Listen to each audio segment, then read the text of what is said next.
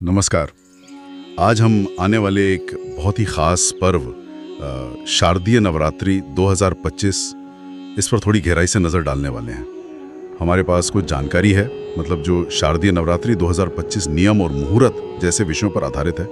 इरादा बस यही है कि इस जानकारी के ज़रिए आने वाले इस पावन पर्व की सभी ज़रूरी बातें समझी जाएं। कौन सी तारीखें अहम हैं, शुभ मुहूर्त कब हैं, क्या क्या तैयारियाँ पहले से कर लेनी चाहिए और किन नियमों का पालन करना होता है, ताकि सब कुछ अच्छे से मतलब भक्ति भाव से संपन्न हो सके। और हाँ, एक दिलचस्प बात सबसे पहले सामने आई है। इस बार नवरात्रि 9 नहीं बल्कि 10 दिनों की रहने वाली है। ये अपने आप में काफी अलग है। तो चलिए इसी खासियत से शुरू करते हैं और देखते हैं कि इस जानकारी में और क्या क्या महत्वपूर्ण नुक्ते हैं। तो सबसे पहले ये तारीखों का मामला क्या है, मतलब नवरात्रि कब से शुरू हो रही है और कब तक चलेगी? जी, जानकारी के मुताबिक शारदीय नवरात्रि की शुरुआत 22 सितंबर सोमवार को हो रही है और नवमी तिथि जो है वो 1 अक्टूबर बुधवार को पड़ेगी। और इसके अगले दिन यानी 2 अक्टूबर गुरुवार को विजयादशमी या दशहरा मनाया जाएगा। अच्छा, और ये 10 दिन वाली बात आमतौर पे तो 9 दिन की होती है। नवरात्रि मतलब 9 रातें, इस बार ऐसा क्यों? हाँ, ये सवाल बिल्कुल वाजिब है। इसका सीधा सा कारण है तिथियों के गणित में। देखिए, इस बार जो तीसरी माता है माँ चंद्रघंटा, उनकी पूजा लगातार 2 दिन होगी। 2 दिन? जी हाँ, तृतीया को भी और चतुर्थी को भी। सामग्री में जैसा बताया गया है, तिथियों में कभी कभी ऐसा उतार चढ़ाव होता है। मतलब कभी कोई तिथि बढ़ जाती है या 2 दिन तक रहती है। तो इसी वजह से देखिए, 22 सितंबर को पहली माता शैलपुत्री जी, 23 को दूसरी ब्रह्मचारिणी माँ और फिर 24 और 25 सितंबर मतलब बुधवार और गुरुवार दोनों दिन माँ चंद्रघंटा की पूजा होगी। ओह अच्छा। हाँ, तो इसी एक अतिरिक्त दिन की वजह से कुल मिलाकर ये पर्व 9 रातों की बजाय 10 दिनों का हो गया है। अच्छा, ये तो वाकई ध्यान रखने वाली बात है। मतलब जो लोग पूरे 9 दिन व्रत रखते हैं उन्हें इस बार 10 दिन का संकल्प लेना होगा फिर। जी बिल्कुल, जो पूरे व्रत रखते हैं हाँ। वो 10 दिन के रखेंगे। तो फिर जो मुख्य तिथियां हैं जैसे अष्टमी और नवमी, वो कब पड़ेंगी? हाँ, अष्टमी तिथि 30 सितंबर मंगलवार को मनाई जाएगी। मंगलवार को, ठीक है। जी, और नवमी तिथि जैसा पहले बताया 1 अक्टूबर बुधवार को है। अच्छा। तो जो लोग केवल पहला और 8वां दिन रखते हैं, हाँ हाँ, प्रतिपदा और अष्टमी। जी, प्रतिपदा और अष्टमी व्रत वाले वे 22 सितंबर और 30 सितंबर को व्रत रखेंगे। हाँ, दशहरा तो फिर 2 अक्टूबर को है ही। जानकारी में एक और अच्छी बात बताई गई है। जो लोग पहली बार नवरात्र व्रत शुरू करने की सोच रहे हैं ना, हाँ। उनके लिए ये साल काफी उत्तम है, क्योंकि इस दौरान कोई अधिक मास या मलमास नहीं पड़ रहा है। जरूर राहत की बात होगी। तो तिथियों की बात तो साफ हो गई। अब आते हैं कलश स्थापना पर। ये तो बहुत महत्वपूर्ण रिचुअल है नवरात्र का। बिल्कुल बिल्कुल। कहते हैं इससे घर में शुभता आती है, और जो लोग पहली बार करना चाहते हैं उनके लिए भी ये साल उपयुक्त बताया आपने। तो इसके लिए शुभ मुहूर्त क्या रहेंगे? जी, कलश स्थापना का तो विशेष महत्व है ही। इस जानकारी में ना 22 सितंबर सोमवार के दिन कलश स्थापना के लिए 2 बहुत शुभ मुहूर्त बताए गए हैं। 2 मुहूर्त हैं? जी, पहला मुहूर्त सुबह का है 6:09 से लेकर सुबह 8:05 तक। ये करीब 1.25 घंटे का समय मिल रहा है। काफी समय है सुबह। हाँ, और दूसरा मुहूर्त है अभिजीत मुहूर्त, जो दिन का सबसे शुभ समय माना जाता है। जी। ये सुबह 11:49 से शुरू होकर दोपहर 12:38 तक रहेगा। अच्छा, 11:49 से 12:38 तक? जी। तो इन दोनों में से किसी भी समय में घट स्थापना या कलश स्थापना आराम से की जा सकती है। ठीक है। सामग्री में कलश खरीदने को लेकर भी कुछ सुझाव दिए गए थे शायद। किन बातों का ध्यान रखना चाहिए कलश लाते समय? हाँ, कुछ व्यवहारिक बातें बताई गई हैं जो काफी काम की हो सकती हैं। जैसे अगर मिट्टी का कलश लेना हो तो उसे रविवार के दिन खरीदने से बचने की सलाह दी जाती है। अच्छा, रविवार को नहीं? जी, और सामान्य तौर पर मंगलवार को भी लोग ऐसी खरीदारी कम करते हैं। तो बेहतर है कि या तो आप पहले ही शनिवार को ले आएं या फिर सोमवार 22 सितंबर को जिस दिन स्थापना करनी है उसी दिन सुबह खरीद लें। ठीक है। और खरीदते वक्त एक जरूरी काम करने को कहा गया है। कलश में थोड़ा पानी डालकर जांच लें कि कहीं से वो लीक तो नहीं कर रहा। हाँ, ये जरूरी है। बिल्कुल, ताकि जब आप स्थापना करें तो उसमें जल पूरे 9-10 दिन ठीक से टिका रहे। और अगर मिट्टी का कलश नहीं ले रहे हैं तो सामग्री ये भी बताती है कि कोई अच्छा भारी सा पीतल या तांबे का लोटा भी इस्तेमाल किया जा सकता है। सही बात है, मिट्टी के कलश वाली बात ध्यान रखने लायक है। अक्सर लोग इसे आखिरी समय पर लेते हैं और फिर ये जांचना भूल जाते हैं। ये वाकई प्रैक्टिकल सलाह है। अच्छा, बात करते हैं नवरात्रि शुरू होने से पहले की तैयारियों की। खास तौर पर पितृपक्ष के बाद घर की शुद्धि का भी जिक्र था इसमें।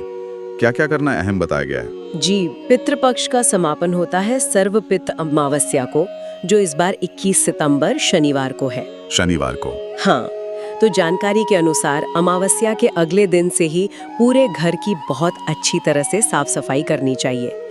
ये सिर्फ भौतिक सफाई नहीं है, बल्कि एक तरह से घर को आध्यात्मिक रूप से तैयार करना है पर्व के लिए। घर में गंगा जल का छिड़काव करना बहुत शुभ माना जाता है। कहते हैं इससे नकारात्मक ऊर्जा दूर होती है। जी। खास तौर पर जो पूजा का स्थान है, घर का मंदिर है, उसकी सफाई पर तो विशेष ध्यान देना चाहिए। ये सब तैयारी एक तरह से माँ के स्वागत के लिए माहौल बनाने जैसा है। बिल्कुल। और पूजा से जुड़ी सामग्री जैसे किताबें, तस्वीरें या मूर्तियां, इनके बारे में भी कुछ ध्यान रखने योग्य बातें हैं? हाँ, बिल्कुल। बताया गया है कि अगर आपके पास दुर्गा सप्तशती की पुस्तक है या माता की कोई तस्वीर या मूर्ति है जो पुरानी हो गई है या कहीं से थोड़ी खंडित हो गई है, मतलब टूटी हुई है। हाँ, कभी कभी किनारा टूट जाता है या कुछ। जी, तो नवरात्रि शुरू होने से पहले ही नई ले आनी चाहिए। खंडित मूर्तियों या तस्वीरों को पूजा में रखना शुभ नहीं माना जाता। ठीक। और तस्वीर या मूर्ति चुनते समय एक खास बात का जिक्र है। कोशिश करें कि उसमें माता के वाहन शेर का मुंह बंद हो। शेर का मुंह बंद हो? हाँ, दहाड़ता हुआ या खुला हुआ न हो। ऐसा माना जाता है कि शांत मुख वाली शेर की तस्वीर घर में ज्यादा सौम्य और सकारात्मक ऊर्जा लाती है। अच्छा। जबकि खुले मुंह वाला शेर थोड़ी उग्रता का प्रतीक हो सकता है, जो शायद घर के माहौल के लिए उतना ठीक ना हो। और हाँ, पूजा की जो बाकी सामग्री है, जैसे गंगा जल, कलावा, रोली, चावल वगैरह, वो सब पहले से ही इकट्ठा करके रख लेना चाहिए। हाँ, ताकि पूजा के समय कोई भागदौड़ ना हो। बिल्कुल। यहाँ ये भी स्पष्ट किया गया है कि पितृपक्ष के दौरान पूजा सामग्री खरीदने में कोई मनाही नहीं होती है। ये अच्छा स्पष्टीकरण है, क्योंकि कई लोगों के मन में इसे लेके शंका रहती है। जी। अब आते हैं कुछ व्यक्तिगत नियमों और संयम पर।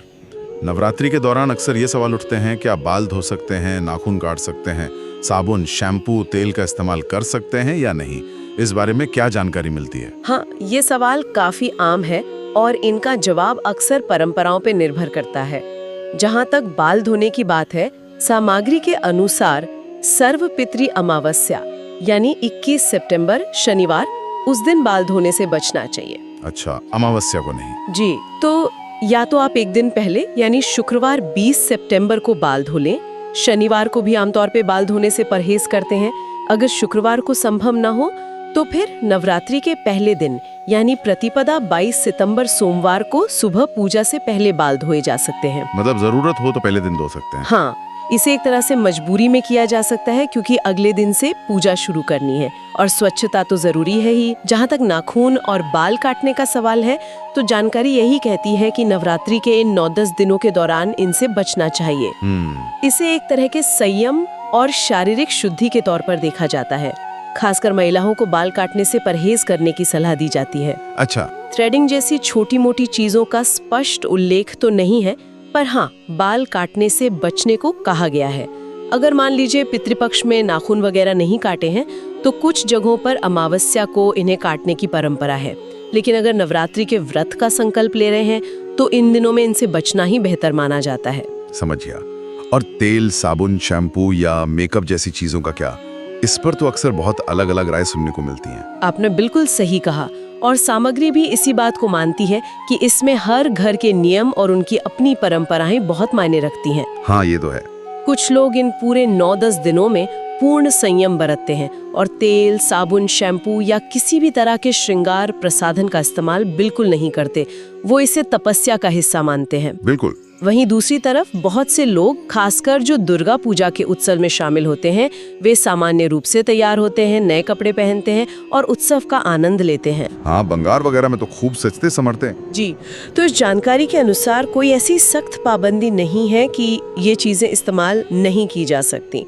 सबसे अच्छी सलाह यही दी गई है कि आप अपने घर की परंपरा का पालन करें, जैसा आपके परिवार में बड़े बुजुर्ग करते आए हैं या जैसा आपका मन और श्रद्धा कहे वैसा करें। सही कहा। मतलब इसमें दिखावे से ज्यादा मन की शुद्धि और भक्ति महत्वपूर्ण है। बिल्कुल बिल्कुल। चलिए, अब बात करते हैं पूजा के क्रम की। जैसा आपने शुरू में बताया कि माँ चंद्रघंटा की पूजा 2 दिन होगी, तो इससे पूजा के क्रम पर भी असर पड़ेगा? जी हाँ, क्रम थोड़ा सा बदलेगा। जानकारी के अनुसार पहले दिन 22 सितंबर सोमवार माँ शैलपुत्री की पूजा होगी। ठीक। दूसरे दिन 23 सितंबर मंगलवार माँ ब्रह्मचारिणी की।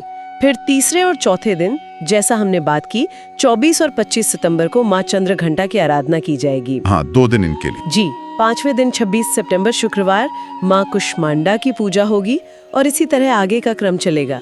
8वें दिन यानी अष्टमी 30 सितंबर को माँ महागौरी की पूजा होती है और 9वें दिन नवमी 1 अक्टूबर को माँ सिद्धिदात्री की पूजा का विधान है। ठीक है। पूरी सूची स्रोत सामग्री में उपलब्ध रहती है, जिसे देखकर सही क्रम का पालन किया जा सकता है।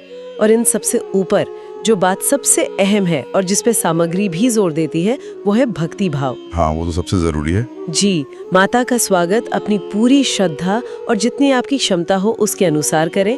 पूजा के स्थान को सुंदर ढंग से सजाएं। जहाँ कलश स्थापना की है उस जगह की पवित्रता का खास ख्याल रखें। एक और छोटी सी बात बताई गई है कि कलश स्थापना वाली जगह पर ना झाड़ू लगाने की बजाय अगर रोज कपड़े से पोंछकर सफाई की जाए तो वो ज्यादा अच्छा रहता है। अच्छा, ये क्यों? माना जाता है कि झाड़ू से थोड़ी रजस ऊर्जा आ सकती है, जबकि गीले कपड़े से सात्विकता बनी रहती है उस स्थान की। ये भी एक ध्यान रखने वाली बात है। बहुत ही उपयोगी और विस्तृत जानकारी मिली आज। तो संक्षेप में देखें तो शारदीय नवरात्र 2025 की सबसे खास बात है इसका 10 दिनों का होना, जो 22 सितंबर सोमवार से शुरू होकर 1 अक्टूबर बुधवार नवमी तक चलेगी। जी। अष्टमी 30 सितंबर को और दशहरा 2 अक्टूबर को है। हमने कलश स्थापना के शुभ मुहूर्तों को समझा। 22 सितंबर को सुबह 609 से 8.05 और फिर 11.49 से 12.38 तक। हाँ। और कलश से जुड़ी जरूरी बातें भी जानी। साथ ही नवरात्रि से पहले घर की तैयारी, पूजा सामग्री का ध्यान रखना और व्यक्तिगत नियमों जैसे बाल धोना, नाखून काटना, साबुन तेल का प्रयोग, इनसे जुड़ी परंपराओं और सुझावों पर भी चर्चा की। बिल्कुल। और अगर हम इन सभी बातों को, तिथियों, मुहूर्तों, नियमों, तैयारियों को एक साथ देखें तो इस जानकारी से एक गहरा संदेश भी मिलता है। ये सारी चीजें, ये रस्में, ये सिर्फ बाहरी कर्मकांड नहीं है। हाँ, इनका एक गहरा आध्यात्मिक पहलू है। जब हम पितृपक्ष के बाद घर को साफ करते हैं, गंगा जल छिड़कते हैं, पूजा स्थल सजाते हैं या व्रत के दौरान कुछ चीजों से परहेज करते हैं, तो हम असल में सिर्फ अपने आसपास के माहौल को नहीं, बल्कि अपने मन को, अपनी चेतना को उस दिव्य शक्ति के स्वागत के लिए तैयार कर रहे होते हैं। वाह! ये पूरी प्रक्रिया एक तरह से आत्मशुद्धि और अनुशासन का अभ्यास है। ये बहुत गहरी बात है। मतलब ये तैयारी बाहरी होने के साथ साथ भीतरी भी है। हाँ बिल्कुल, ये नियम और तैयारी सिर्फ बाहरी नहीं, ये भीतर की शुद्धि का भी मार्ग है। हम अपने घर को मंदिर बनाते हैं और साथ ही अपने मन को भी। विचार करने वाली बात यह है कि जब हम इन रस्मों को पूरी श्रद्धा और समझ के साथ निभाते हैं, तो क्या हम सिर्फ बाहर से आने वाली देवी का स्वागत कर रहे होते हैं या अनजाने में अपने ही भीतर सोई हुई दिव्यता को जगा रहे होते हैं? शायद ये पर्व हमें इसी आंतरिक खोज का अवसर देता है। वाह, ये सोचने के लिए एक बहुत ही सुंदर विचार है। वाकई उम्मीद है कि आज की ये बातचीत हमारे सभी सुनने वालों के लिए उपयोगी साबित होगी और उनकी नवरात्रि की तैयारियों को और भी सार्थक बनाएगी। इसी विचार के साथ आज की ये चर्चा यहीं समाप्त करते हैं। नमस्कार।